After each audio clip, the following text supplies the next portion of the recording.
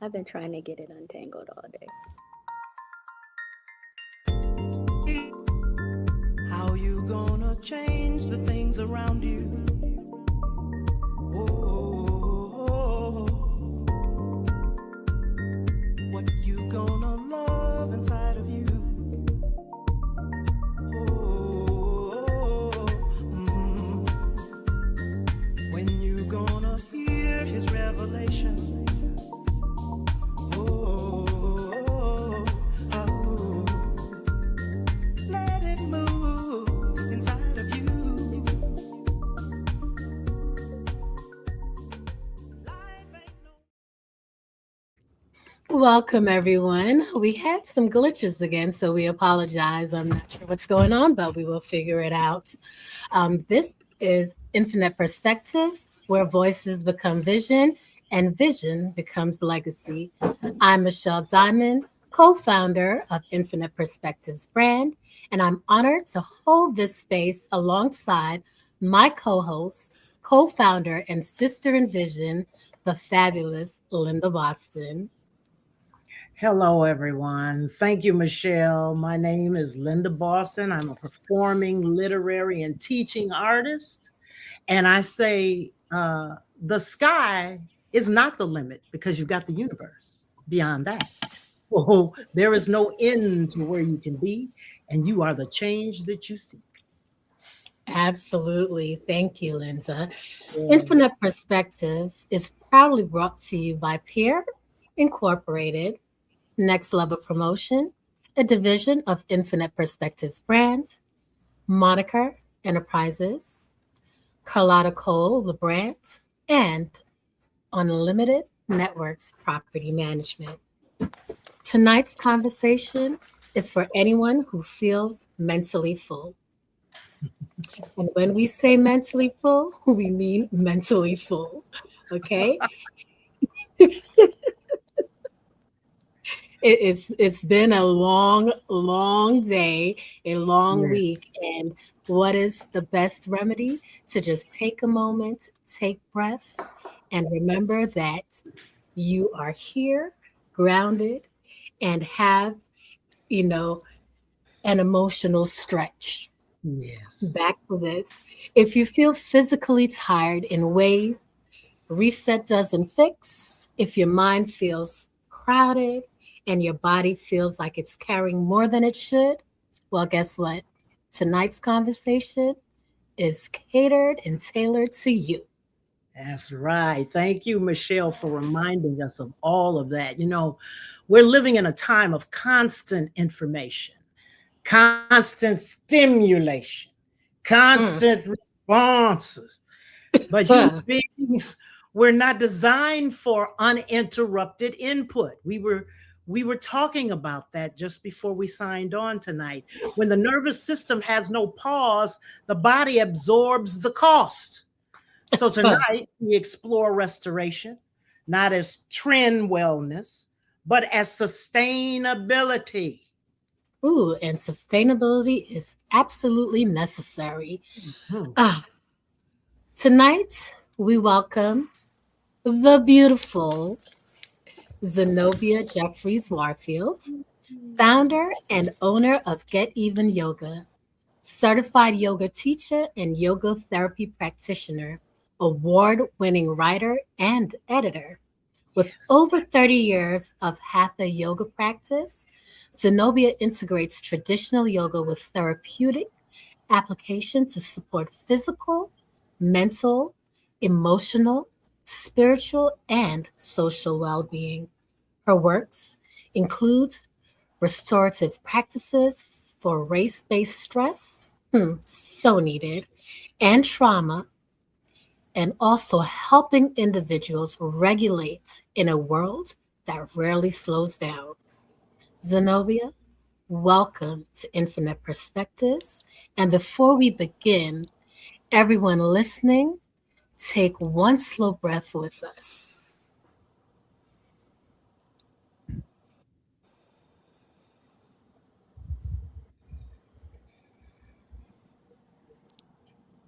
Zenobia? Thank you. Thank you. Thank you. That was nice. Yeah, That was really nice. I didn't realize how much I needed that just now. Yeah. yeah. Yeah. Likewise. But Well, thank you. you know, Thank for you for those, inviting me on. yes, yes, go ahead, go ahead. No, I was just saying thank you for inviting me on. I wanted to just tune into when you said we absorb all of that, and you made this Mhm. kind of movement and remind me of how that sponge get big, that absorption, and what's happening in Right. Yes. our body. It just reminded me of like inflammation, right? Like we become Ooh, inflamed. Like that's what chronic stress and overload and burnout and all that does to our body. Our systems become inflamed, and so yes. Yes. it just made me think about that. Yeah. Mhm. Absolutely. And you're so right. And I'm glad that you put the focal point on that. And I know that with that, so many people handle stress differently. And when you talk about getting inflamed, the inflammation comes from stress. And then we add on top of that stress, Mhm. inflammation, right? Mhm. Our body's already inflamed. We're adding more inflammation on top of it when we eat the wrong things. And, stress eat, stress drink. It's so many things that take you down an ugly rabbit hole. But, Right. let's Right. refocus because Yeah. we have a lot Oh, Yes. yeah, Yes. yeah. to Well, both and you delve know, in. it's interesting because you talk about inflammation, and then everybody is talking about inflammation, and doctors will tell you you've got inflammation. Inflammation is where the disease floats. So I know we're going to cover all these subjects in depth, and I want people to get to know you deeply right now. For those meeting you for the first time, what drew you into yoga 30 years ago? Because I've known you for about 150 years. So I want to know what drew you into yoga 30 years ago? When did you realize yoga was more than flexibility but a therapy? Yeah, so I as a teenager and young adult, and I have like two friends who are still friends of mine today who can attest to that. I had a well, they didn't maybe know about the eating disorder, but they knew about my body dysmorphia, although we weren't calling it that back then. I always felt like Right. I was bigger than what I am.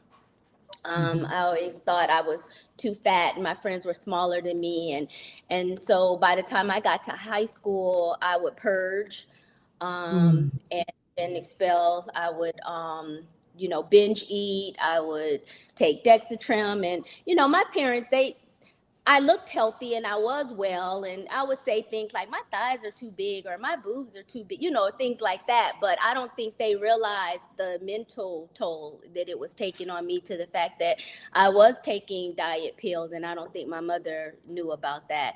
And Linda, my parents were very kind of present. So for them to not Mhm. know, it had to be something that I was really secretly kind of dealing with. But my friends knew, Mhm. right? So I always felt bigger than what I was. And then by the time had my first pregnancy, I was 20 years old or 19 years old. I had my daughter when I was 20, and I put on so much weight because I was already putting on weight. But then I was in a stressful marriage at the time, and so it was just more. I think I went up to like 172 pounds, and I was 118 pounds before I got pregnant, right? So that's Mhm. unhealthy pregnancy gain, because I Mhm. was just eating things to just make me feel better. And then I would eat them and then I would feel bad. And so I would still had some of those behaviors, practices, habits while through my pregnancy and then even after. But once I had my daughter, I felt like, and you have children, for some people, those maternal instincts kick in and just changes everything, right? And so I was like, I want to be better for her, right? I need to model a better way of being, more healthy, more calm and patient, although that came years later. but Yeah. but at that time, it was like, I want to be my best physical self. Yeah. And so I started going to the gym, and I got a trainer, and I was doing all that. And I looked in and I saw that there was this yoga class happening. And I was like, yoga. But I was still kind of like partly into the church a little bit. And at that time, it was, oh, that's evil. They are chanting, and the mudra, all of that was seen as like something evil and ungodly. But it Mhm. just looked peaceful to me. And so I signed up for the yoga class at the gym, and I started going, and it just felt good. I just felt good. There's this elation afterwards, or like a decompression, and then in the late, it's like, And I was still doing the other things. I was doing spin class, I would do step aerobics, I did kickboxing, I sparred, all the things. But it was something about yoga that always I would just go back to, because it was more than just a physical, how the outcome. It was more than just an outcome. It was how I was feeling while I was doing it. It was me being able to move in my body in these different ways. And I will say in my 20s, it really was about the body experience for me. It was about losing the weight, but I still felt myself, right? My true self felt something else, a different kind of connection to it. Because I was into the headstands and the handstands and all the contortions of my body. And I was 20 years old, so I could do all of that. I can't do much of it now, but my practice has just changed because it's become more physical. And the way that I look at the physical part, the asana part of the practice, is more than just that exercise part too. It is more about body awareness. Like, what can my body do? What can't my body do? Right? What, you know what I mean? And seeing where those limitations are is not a bad thing. It's just like, Right. this is my full expression of what I can do right now. And that could just be today. Tomorrow, I could be able to do something that I didn't do today. Right?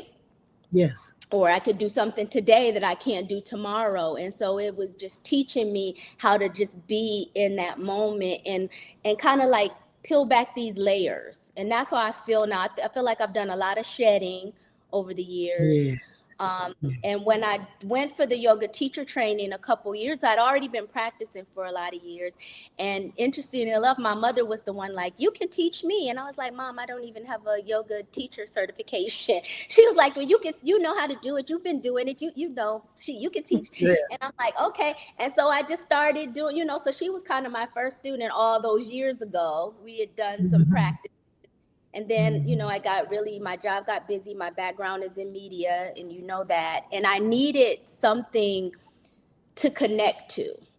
Right. Always been a spiritual person, had my hyper religious days, for a moment in Christianity.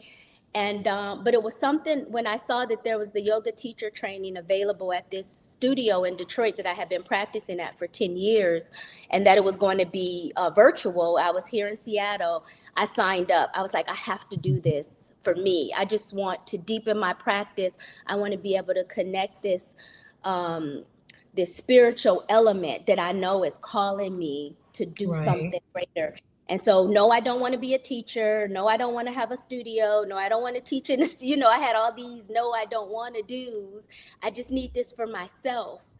And by the time I got through with the program, it was like, oh, this is what you're calling me to do. Like, because having those, I had to have demo students and watching them move in their bodies and find spaces like their edge.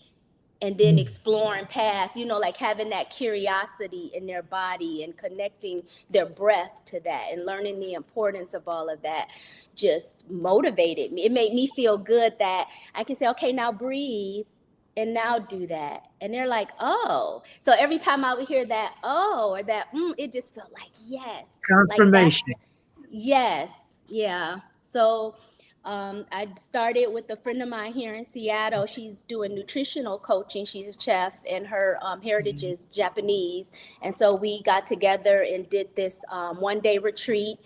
And I was like, yeah, this is it. I want to do this. I want people to be able to have these tools that they don't have to go somewhere to retreat. Like, retreats are wonderful, but these are things you can do at home on a daily basis, right?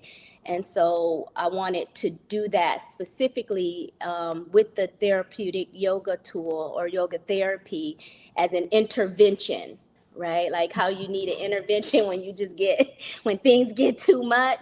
Right. And so that's what yoga therapy is like. It's that intervention of, okay, whether it's anxiety or depression, just stress or pain. They even have a yoga for cancer now, right? Because there's so many, people who diagnosed with cancer. And so cancer patients I've worked with, who had just, finished, not finished. Yeah, some have finished their treatments. So, and then Right. some are going through their treatment. Some have just had surgery. And so just teaching them how to trust themselves again, move in their bodies is just, it just feels so, I've always wanted to like, what's my thing that makes me just, like I was good at journalism. I was good at writing and editing and all the things, but I didn't feel like, yes, but seeing people feel better in their bodies, that makes me feel just like this is what I'm supposed to be doing. Heaven. So Yes. Right. You smile from the inside out, Mhm. which is long what answer matters. to a short That's how question. you know Yeah. that that's the purpose that you're called for. Amazing. So you divulged a lot there, and Yeah. grateful to you for helping those. Cancer is something that's near and dear to my heart because I've lost so many loved ones to it, and if I had known this before, I would definitely have been like, Zenobia, we meet you over here. Yeah. But, Everything this is comes a at the good right thing. time. Yeah. Mhm. Exactly. This is a good thing. We can definitely, push that out there for you. And we will connect, on some things with Infinite Perspectives brand and or retreats that we plan on doing Yes. collectively so that we could, intertwine some of these amazing treatments and yoga therapy that you have to offer.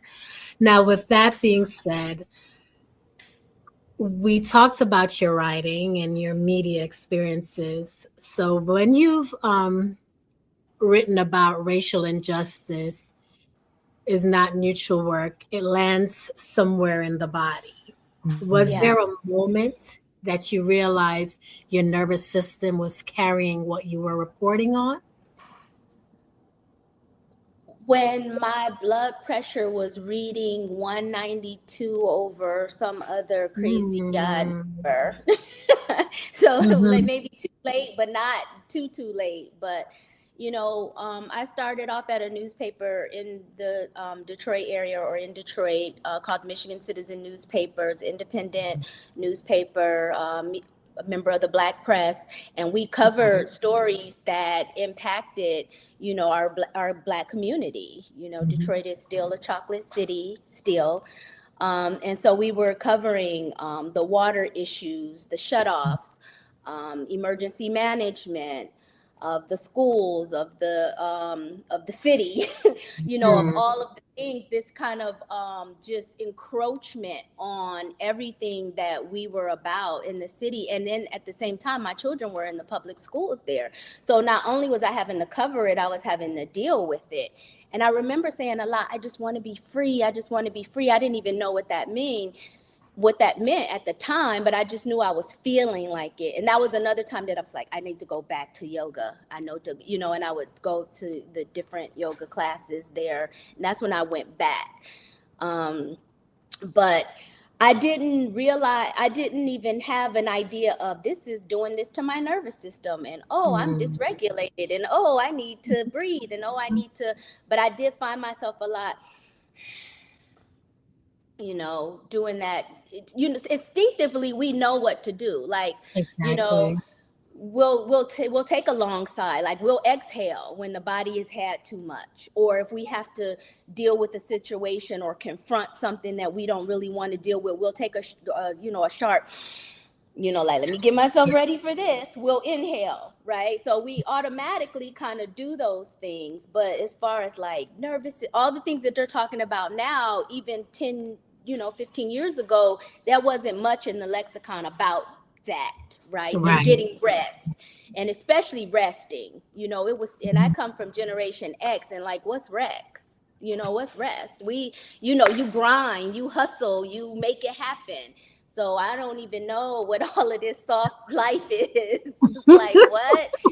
Um, so you have to reset. You really You're literally have to right. stop. Remember in school they used to say stop, drop, and roll when there was a fire and you smell smoke. It's like you have to literally just stop, sit, or stand if you can't sit, and just breathe. Like, you really have to reset in the moment, not wait till you get home, not make an announcement about it. And so when I started feeling like brain. I was feeling something going on in my head. I didn't know what was happening. It was like I was these sensations, right? Is what I call them in my head. And then I had already bought the cuff, right? The blood pressure cuff, because prior to that it had started to go up. My blood pressure had. And this was in 2021, 22. And I was sitting there. I had already told the magazine I was leaving, because it was just, it's like, this is more than what I need to be experiencing in my life with y'all right now. You all, because my beat was racial justice. So we were covering racial issues, Real injustices, heavy right? stuff. Yeah, I was there. Yeah. And so I was doing that at the newspaper back between 2007 and 2015, when the newspaper closed, right? So we were dealing with all of that back then for that period of time. And then again, like I said, I didn't know. I was just doing it. I was at the school board meetings. I was at the city council meetings. I was at all the protests. I had my kids in tow with me, and and I was going to school. I was completing my degree because I hadn't finished, because, so I'm like doing all of this, like just grinding, and they'll know I had them in tow. And here I'm thinking I'm doing a great thing having them with me, but I wasn't with them, and I had to learn that part later, right? I had, through hearing their testimonies, because they experienced this too. And it was not the same. It was not a shared experience, right? I'm thinking I got my kids with me, and I had them at the school board meetings. I had them in class with me. I was doing audio visual production. So I had like, 5 jobs, 10 jobs. And I had them, and I'm doing, and they're just watching me just do this incessant just grind. And one day my daughter was like, "Mom, I think you're suffering from depression." And my son's like, "Yeah, you got all the symptoms." And I was like, "You know what? Y'all need to back up off me," right? Them my babies, I know. Out of the mouth of right? babes. And that didn't really sit with me real until they went off to school. When my daughter left first, and then 2 years later my son left, and I was sitting there by myself, like, yeah, I'm experiencing some things, and I don't really know what this is. And so then fast forward to 2021, when my blood pressure had gone up that high, and I was starting to not feel like the self that I had, that I had come to know with my real self. I just got up. We were on Slack. There were Slack messages. There was, COVID had been happening. George Floyd had happened. We were still writing all of these things. And I just got up and walked away from my desk, and I didn't say I'll be back. I didn't say anything. I just walked out and went for a walk. And I was like, this cannot be it for me. I'm not ready to go. Like, I'm not ready, God. I feel like you have those moments of depression where you like, I can just go right now and I don't care. But in that moment, I was like, I know there's something else for me. I know that there's something else, and this is what I want to do. And so I signed up to do the training, and that's when I started realizing there are actual things that I can that intervention. There are things that I can do, not just go to a yoga class, right? So, which is good, but there are things that I can do right now in the moment to just stop, right? And not just, just breathe, but there are like certain breaths that I can do, certain breathing. The inhale and the exhale is really good, right? We need that.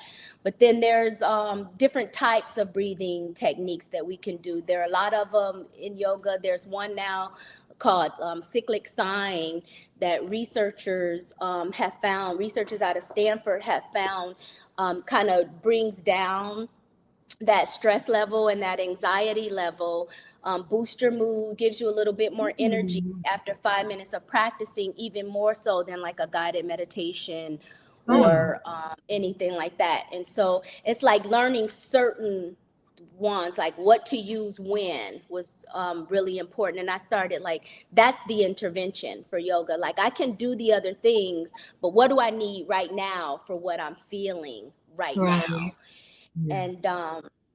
And so that was when I started noticing how that was like in my mind, the fog, right? That it was more than just a brain fog. It was just like my thoughts weren't clear, and I had been compartmentalizing for so long, like work stuff, kid stuff, home stuff, this stuff, personal stuff. And then all of a sudden, everything just started just kind of folding in on me. And I think Mhm. maybe that is what I was experiencing. So the Yeah. memory, I couldn't remember things. A lot of brain fog. I put pause. Embodiment over intellect. Right. Yes. I would talk and I'd be like, oh, I don't know. And then my husband's like, get it out. It's like, just give me a minute, because it's just Mm. all too much, Yeah. the right here. And if I look back when I was in my early 20s, I remember telling my mom, like, I got knots on the back of my head. And it sounded funny. So, my mom was laughing, my friend would laugh, but it really wasn't funny. It was just, this tension had Tension had just balled up. all up Yes. in the back, Mhm. and so I was carrying it here, right? And then the chest starts to feel heavy.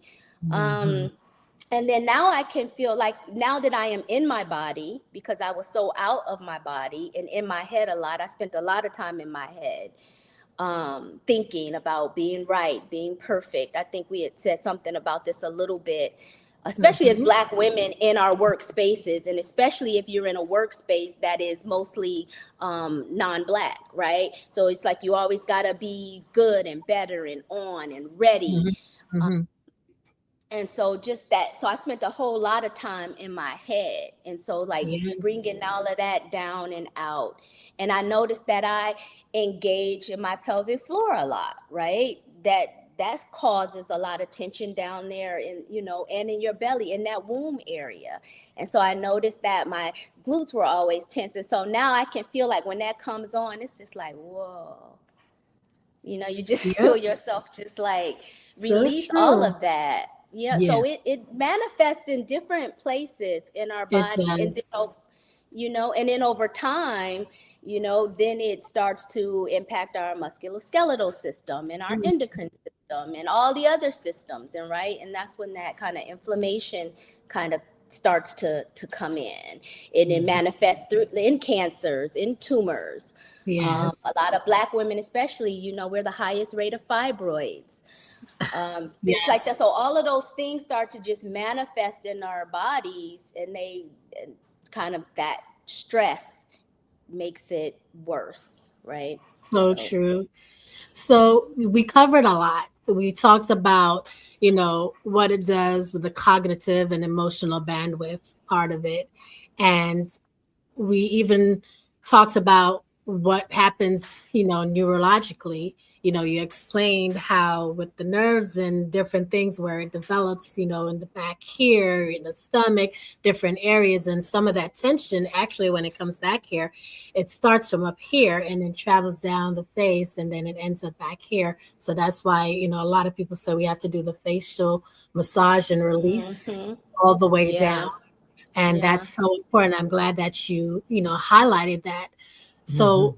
since we covered all of that, why do you believe so many people right now are experiencing burnout and anxiety? Mm.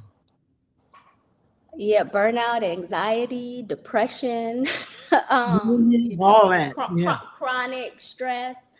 And it's because we're not, we're physiologically are not built and equipped to handle all of the external stimuli that's coming our way, and that some of us are like choosing to take in daily, especially through social media, right? And so our nervous system is two parts, right? So we have our central nervous system, which is our brain and our spinal cord, and then we have our peripheral nervous system, which is the Right. nerves and somatic, and then our autonomic nervous system, right? And that's the part that we mostly focus on. And the autonomic nervous system, right, is the that fight or flight, that the Mhm. Exactly.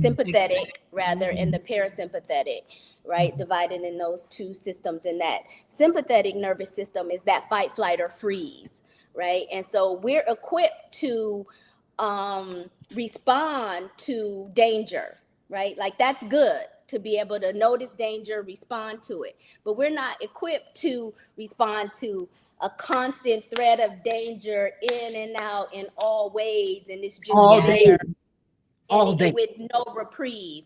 We're not equipped for that, and so Mental that's where overload. and that's where all of it comes from. And so we start moving. So just how we would move, like if they would say in the hunter gatherer days, right? If a tiger came and you take off running, it's like that's how our bodies still. And if we think about it, right?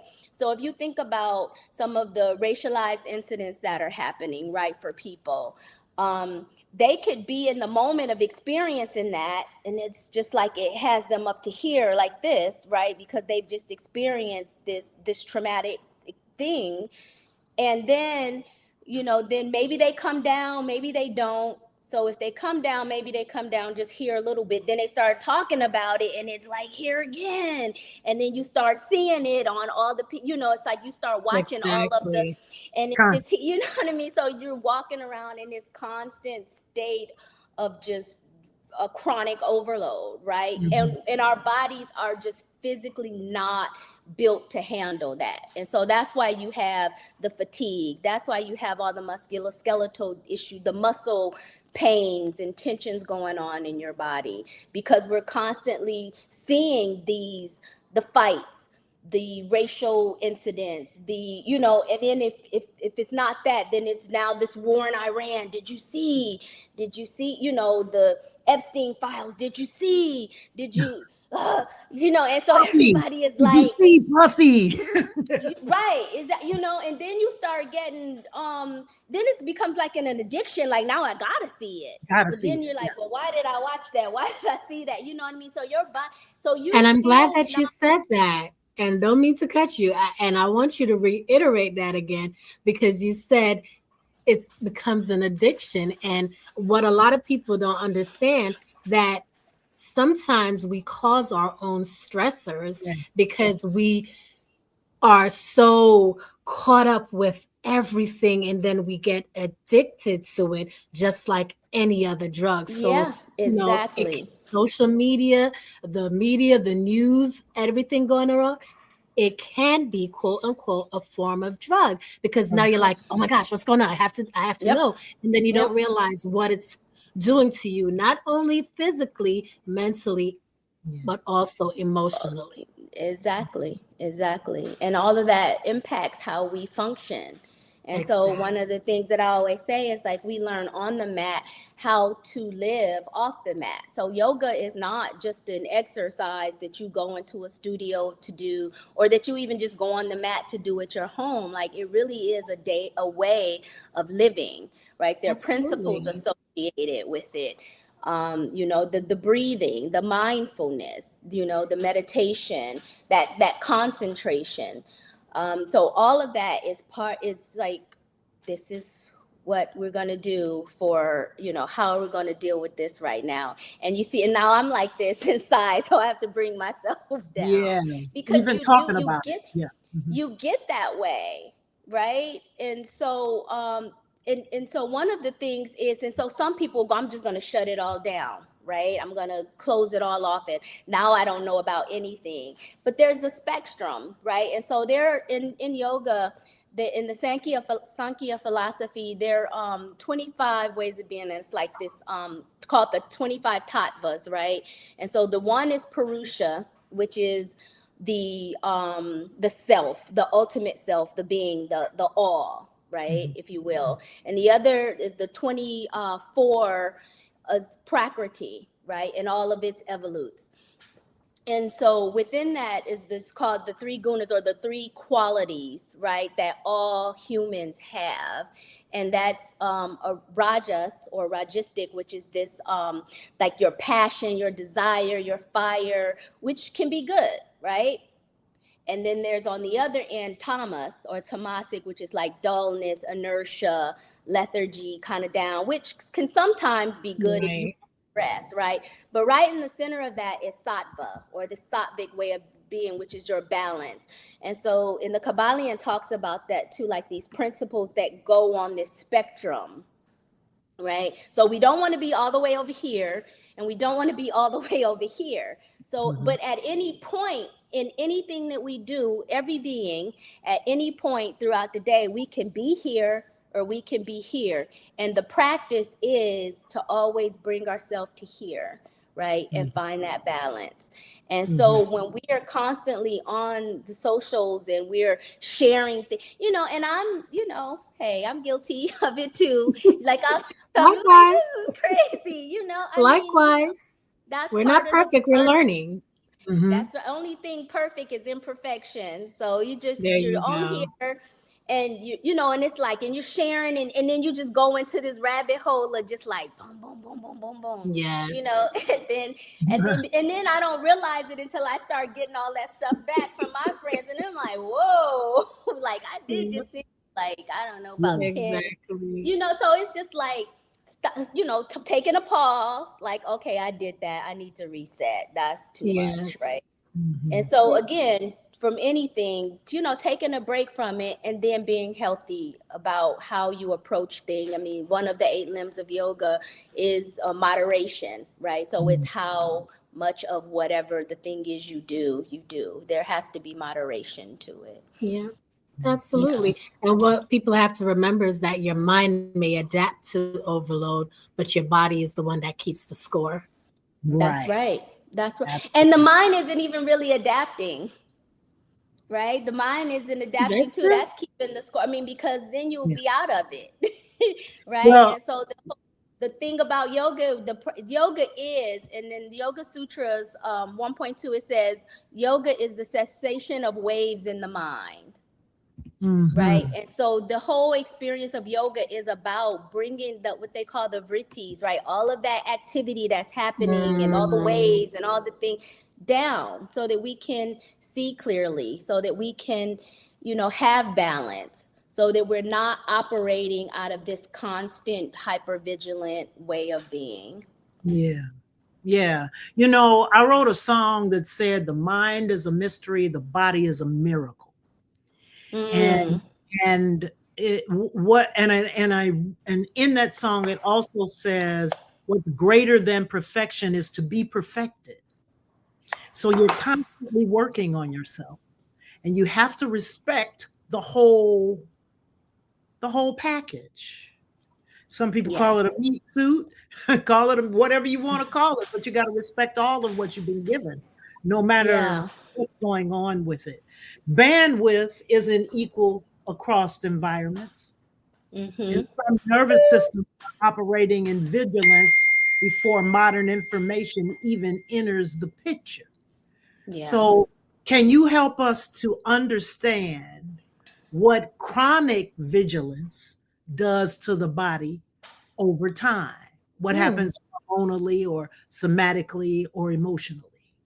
I mean, it's what we've said. I mean, ultimately, you have a poor quality of life, right? Yeah. You don't even have to fear, which is one of the kleshas. You don't even have to have a fear of death, right? Which ultimately we all do. Like, we fear suffering, right? Mhm. And those are like those 5 things that make us suffer, right? Is our ego, ignorance, Come on. um, avoidance, Mhm. desire or attachment, and then fear, right? But we're all going to go.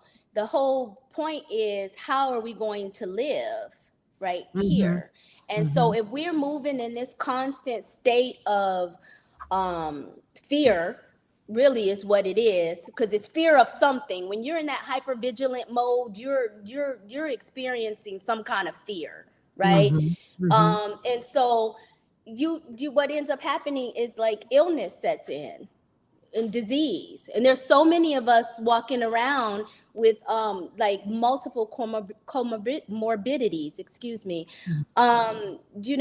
diabetes. It doesn't even have to be cancer. Diabetes, hypertension, um irritable bowel syndrome, some type of mm-hmm. cardio, whatever else going on in the body, um osteoarthritis, just, all these things just start to just set into the body, and then excuse me, and then we're having to deal with that, right? So we have this illness that's set in, right? And so how Mhm. are we going to, recognize that we have this and then learn practices to, sometimes I will say, like, navigate through it. And I don't know if that's the best terminology to say, but it is having awareness of it. And what Mhm. Queen Afua would say is like, heal yourself. How do we heal ourselves? Because we can. Some Right. doctors believe it's through the way that we eat, which Michelle, you mentioned earlier. And in Ayurvedic terms, and I'm not going to go too far into that because that's beyond my scope right now. I only know a little bit.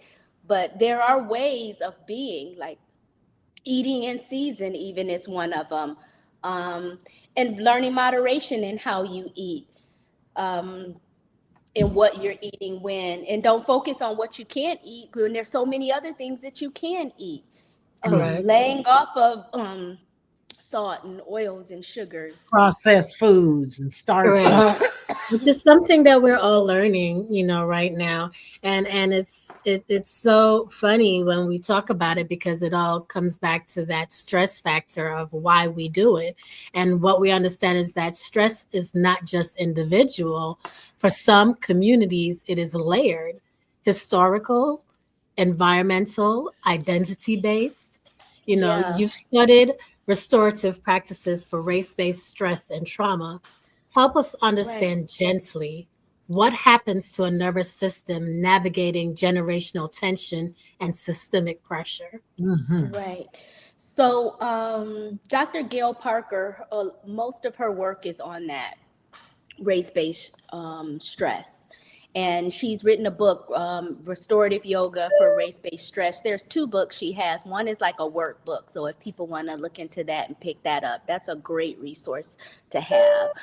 Um, and so I'm saying this, and I'm going to say something else because then I'm going to tell you kind of where I am with identity, Mhm. um, where I've been growing into with it because racism is a very real thing. I'm Yes, going it to is. preface what I'm about to say with that, that the Mhm. Good. impacts of that is very real. So for people to say that it's just a social construct and it's not real, and it's like, I had a mentor who said he or she who feels it knows it, right? So it is very real. It has very real consequences and impacts, right? So Mhm. said that. Dr. Gales Parker, I want to say her name and her body of work for people to check into that because there's postures that you can use for that in your body, restorative postures with props to just help release Mm. some of that out of the body. Mhm. Then she has like journal prompts, spaces for you to write, which is part of that yoga therapy work too, right? Your self-study part. And then on the other part of that is two things around the stress relation of race relation stress. Race-based stress syndrome, race-based traumatic stress syndrome is what it's Mhm. called. And that's a work by Dr. Robert T. Carter. And Yes. he created this a scale. So there's a scale that kind of measures this based on seven Mm. areas, right? Depression, hypervigilance, Wow. and then there's some other, and it's like a self-reported scale that people are answering and kind of responding to. But I want to say that because for me that does lead back to yoga and the kleshas that I talked about earlier, like ego, ignorance, desire, rejection, because Mhm. avoidance, like some of those same qualities and those things that he talked about there are with the yoga practice. And I'm saying that because then I'm leading to this question of identity in yoga, right? And so it's something I've been kind of journaling about lately because there's this movement and there's this sister in this Indian woman. She is based in the UK, Savira Gupta, and I reached out to her because she had made a post on Facebook about it, and I had been kind of journaling about it as I'm going. We're always going through something, and I always, have been very kind of self-reflective on how I'm presenting myself in the world and what's good for me and how does God want me to move. And so Mhm. I've been mulling around with this whole idea of identity, because, you know, yoga teaches us that we lose our identity. Like, we don't identify with roles, we just identify with the true self, right? So I am not woman, I am not black, I am not mother, I am not, you know, I am not these titles and these roles, right? I am my true self. However, the world don't just let us be our true selves, Right. right? Right. So, you know, and so how this new modern way of yoga is more political and activist, reactionary to, you It's know, integrated I'm work. black, I'm black, Yeah. right? And so, very much so, Michelle. And so I've been, because you can't negate what these real things are happening, right? You can't say that, you know, like some people, we're all one, you know, human race. And I'm like, yeah, and, you know, like two things can be true at And one we are time. individuals, yes. Correct. Right. You know, there's a group of people who are these power structures, and I may go off into my little, you know, conspiracy theory part of myself and brain Oh, right take now, us down a rabbit hole, because why don't you? that's no, Oh, that's no, all right. seriously. Right, because, you know, because you'll see like these people who are in power, who are elevated, and you're like, how are they able to do this? And they're so evil, and they're doing these things and these things. Because some of what they're using to be and manifest and do, they've learned from us, right? Indigenous people, they've taken these ways of being from us, and There now you even go. yoga is one of those things, and then teaching us that they're bad, but they're There you using them to go. elevate Using themselves, it. and Exactly. them, and then, you Ripped know, of our just doing some culture. evil. Exactly. And so we have to, there's a reclamation that's happening within that, right, at the same time.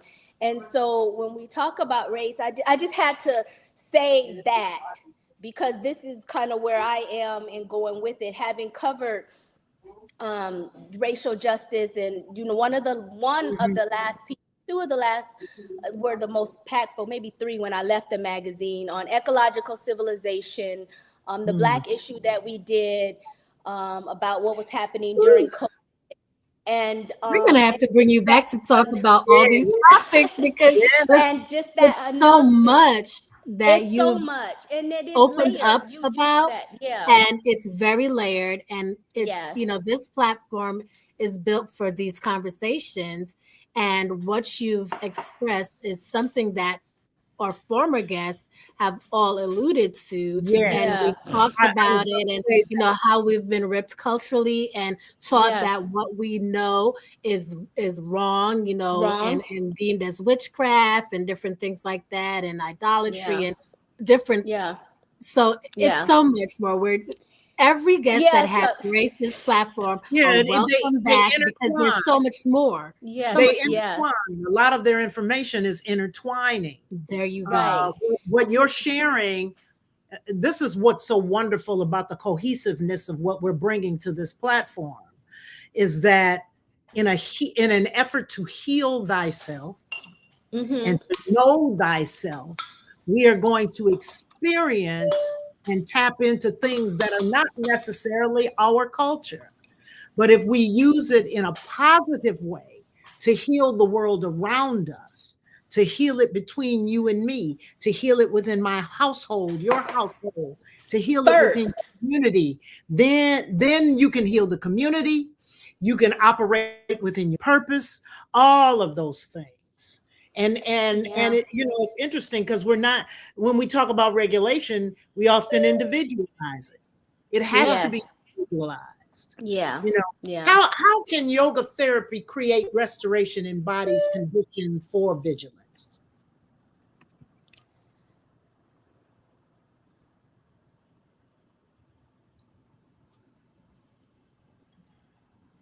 So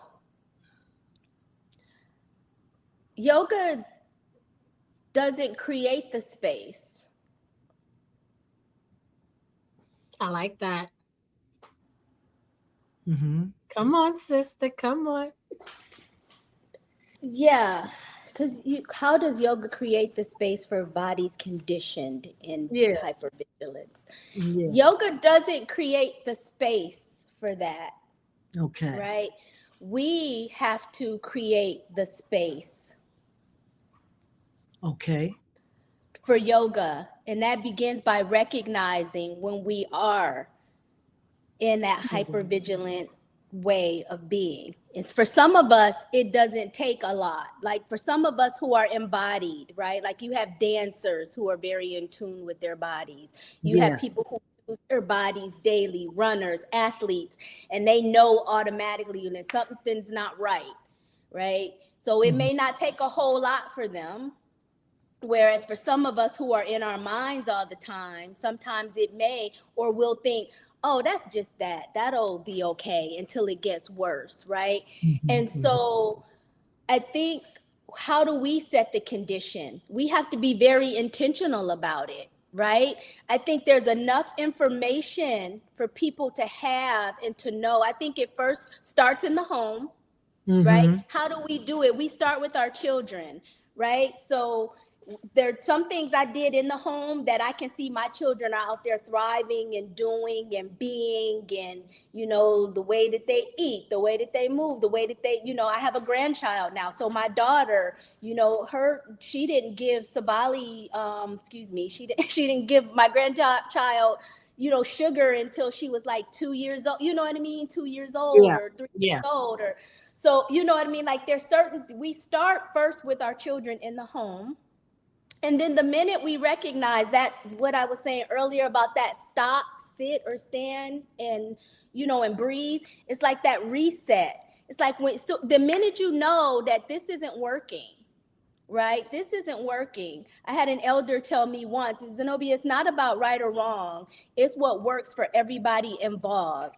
And me, I go, well, what about slavery? What about da da da? Yeah.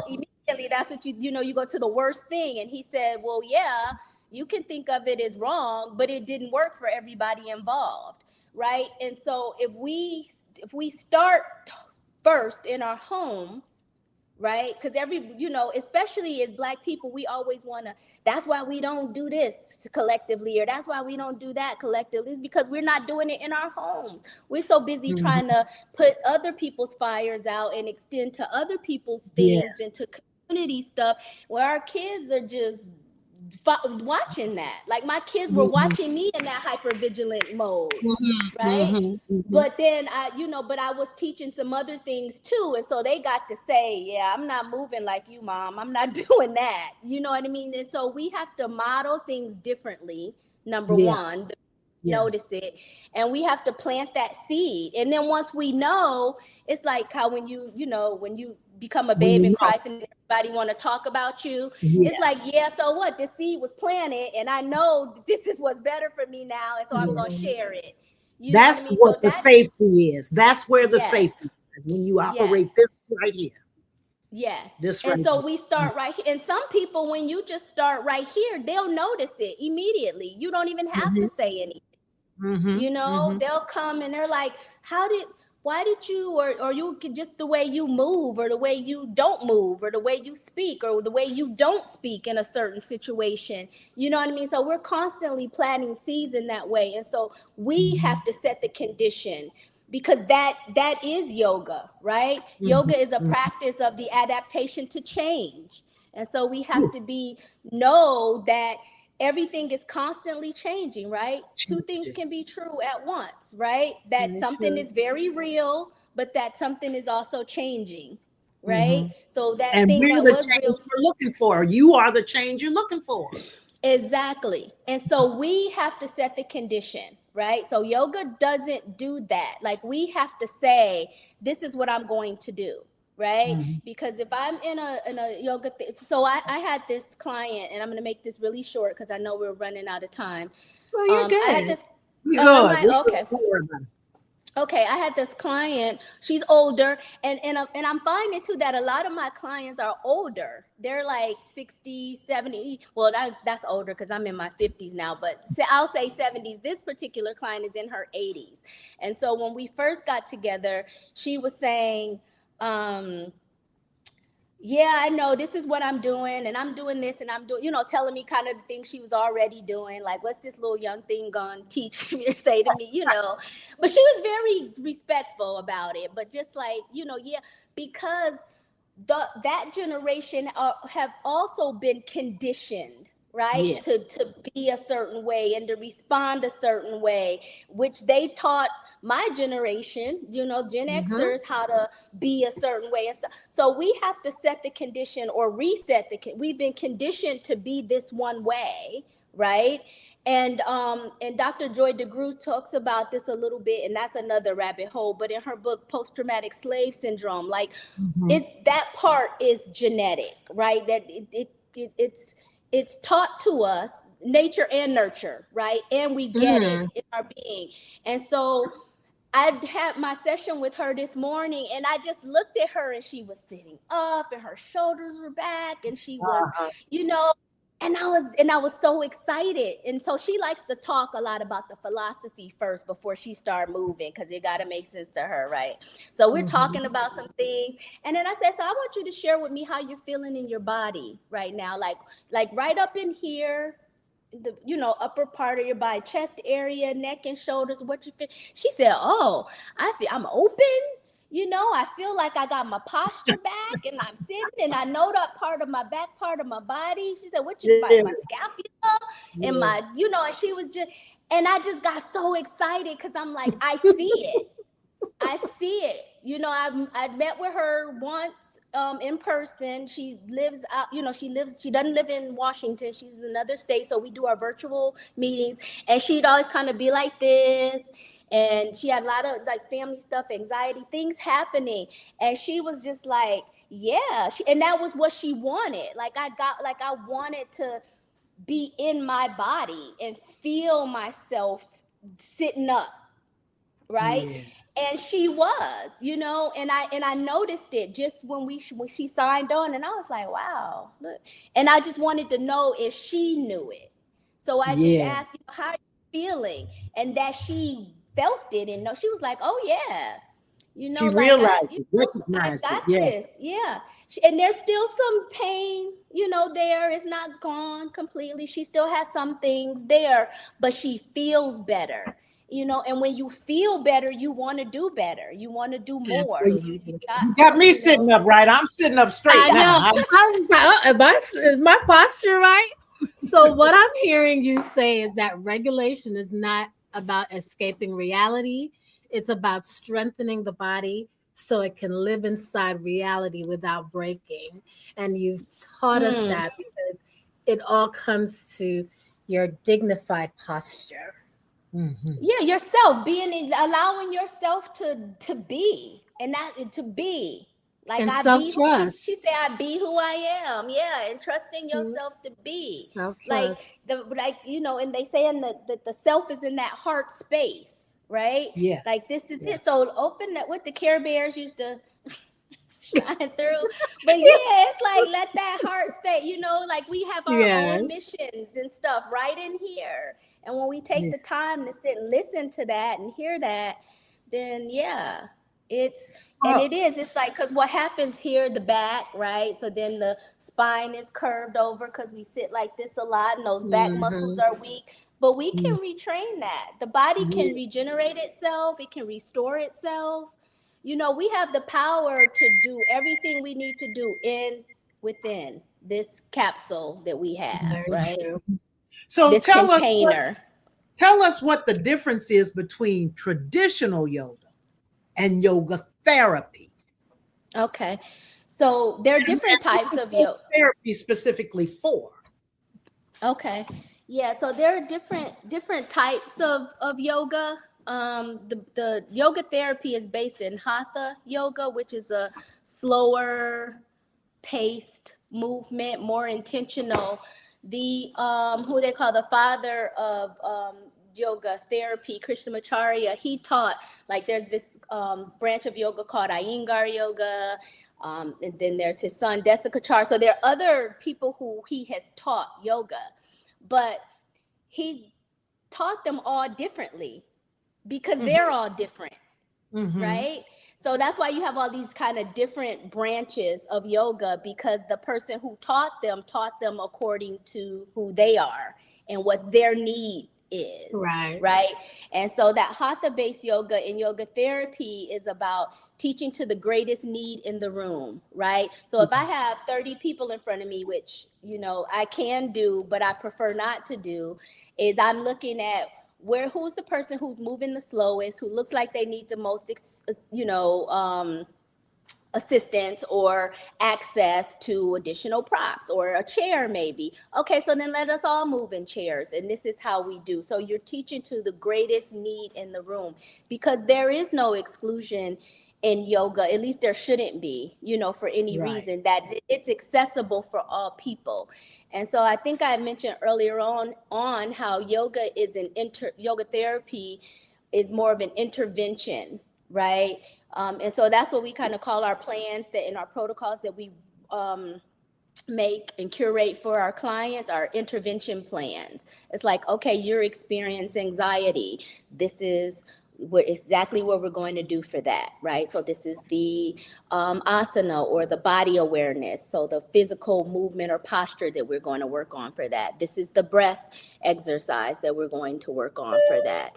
This is the meditation that we're going to work on for that. And this is how we're going to connect all of that when we're moving, right? So although you can do like the sun salutations or the moon salutations and just the different postures to gain strength, right, or mobility in the body, it's not just about being flexible in yoga. There's what we start with, we call stira sukha. It's like 2 ways of starting with yoga. Stira is that strength and that foundation, right? Because if you don't have a strong foundation, you can't do anything really, right? But it's finding that strong base within your posture, any posture, right? And then allowing yourself sukha, softness, easiness, to just kind of move gently into it, right? And so if you're doing something that you're finding your edge, if you're feeling something, like some people who will move into maybe a warrior 1 or a warrior 2 pose, their arms may get tired, but you just find kind of where your edge is, right? And so it's really helping people find that alignment in their Yes. body, not to look like anybody else. And that's one Anybody of the else? things Yeah. that happen in the yoga studios. You kind of look around, Yeah. or if you're not looking around, you start to feel lost. Like, I don't know what I'm doing. Or Why feel am I somebody here? looking at you. Or feel something, right. And so all of that, but it is about helping them to find alignment in their bodies, right? And finding their edge so that they can find some ease in that, right? It's finding comfort and discomfort, if you will. Yeah, so it's, and there And can, all of that really is different than a fitness focused yoga. yes, it is, because you're again, the yoga therapy approach or therapeutic yoga is body, mind, breath awareness. Mm-hmm. So yeah, body, mind, breath awareness. It's all about the awareness of how you're breathing, how your breath is connecting to the movement, right? Mm-hmm. Where's your mind? Is it on what you just finished doing or what you got to do later? Or is it in the space, but there's judging going on? So it's just being able to be aware and witness what's happening without judgment. So tonight was a reminder that wellness is not indulgence, it's maintenance, and it's Yes. sustainability, and it's reclamation. When the world speeds up, wisdom slows down, right? So Yeah. your body is not the enemy. It is the Not messenger. at all. It's the messenger. It's teaching us along the way, all the way. Yeah. And that's the part about this whole thing that we're doing. And that's why we want to thank you about coming on this show, because a lot of times people think it's complex and it's hard to do, and it's much simpler than they think in their minds. Yeah. Literally. It's simple, but it's not easy. So I don't, that's why we have to practice. Yes. It's simple, but it's not easy. That's why we Yeah. have to practice. And so just how we practice doing all the other things that we do to get better at them, like if you practice envy and jealousy and Mhm. hypervigilance and all those, you get really good at those things, Yeah, right? you do. But so Gossiping, all that. yeah, Yeah. all of that. So you got to practice slowing down. You got to practice Mhm. stopping. You got to practice resetting. You got to practice breathing. You have to practice moving with awareness. You have to practice, how you moving in your body. Practice stillness, Mhm. because even And in stillness, silence. there's And movement. Yeah, silence. and silence. Yes. Mhm. Mhm. Mhm. Yes. Very Yeah. important. Thank you, Zenobia. Thank you so Thank much. you. And we want to thank everyone who joined us as well this evening. Yes. So, Zenobia, we do know that, you've shared a lot with us and we appreciate it. Um, and before we close, we want to ask you this question and have you share where people may contact you. And I Yes. know some folks have sent in tons of questions last minute. So let me go ahead and read those now. They're just coming in. It says Lisa Boston Bats. Hello, Lisa. Thank you for tuning in and supporting again. She says, my job pays for classes. I wish I could sign up with you. No worries. We're going to get that information to you one Right moment. now. Stay Mm-hmm. tuned right now. And of course, Auntie Colada. Hi, Auntie Colada. She Hey there. says, and she's one of our sponsors and another co-host as well. She says, in these trying times, this practice is well needed. We need to know it is hope for our whole well-being in all areas of our lives. Absolutely, Yeah, Aunt Carlotta. We absolutely. appreciate that. So the question we normally ask, and it's one of our fun questions because it's so needed. You shared so much about your experiences in the beginning and what you went through. Your children seen things in you that you weren't even aware of. If you had the opportunity to hold a beautiful conversation with your younger self, Come on. what would you say to her?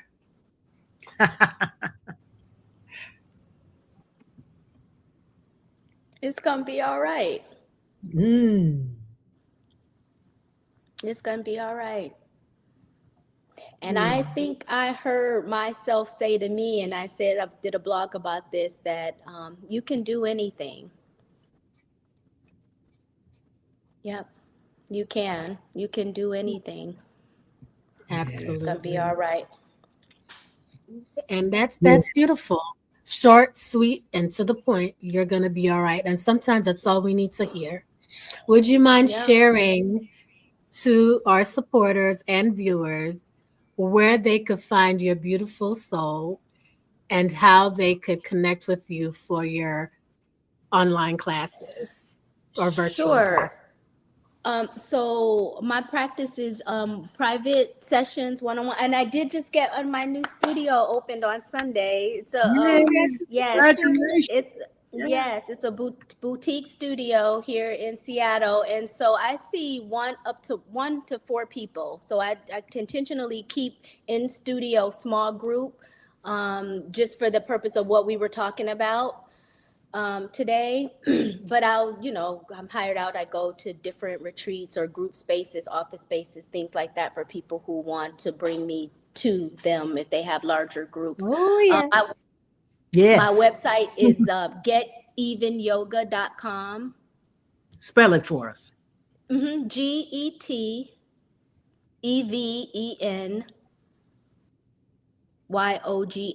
GetEvenyoga.com. Getevenyoga.com. And so, yep. And so you can connect with me through there. That's the best way to do it. But yeah, Awesome.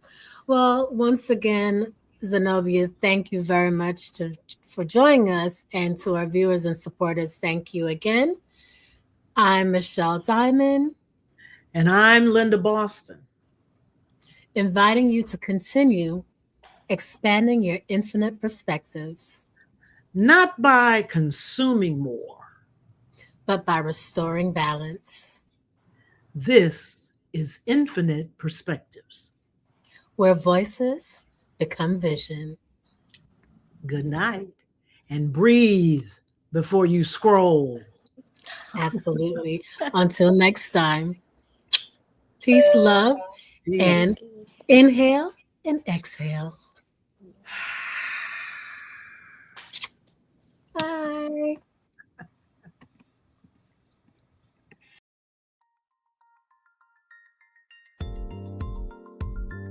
How you gonna change the things around you?